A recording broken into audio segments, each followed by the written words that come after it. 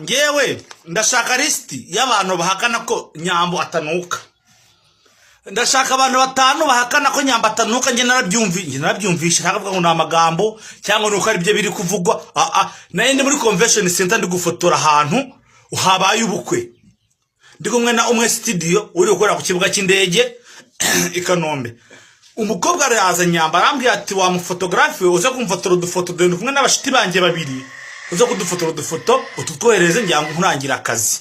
Ndabyemera. Haciye iminota nka 40 agaruka aje kunyibutsa ko akeneye bwa bufoto. Ariko umuntu waje mbere n'uwaje ubwa kabiri ntago barafitanye isano kuko umuntu wagarutse wari bwa kabiri nyuma y'iminota 40 yaranukaga. This is too much. Biriya bintu tubyumvikana bashaka babiroga Nyambo bashaka baramuroze kunuka. Nabyo turabyemera. Ariko ikibazo kirabaza ngo uri gute umukobwa w'inzobe unuka ko manyo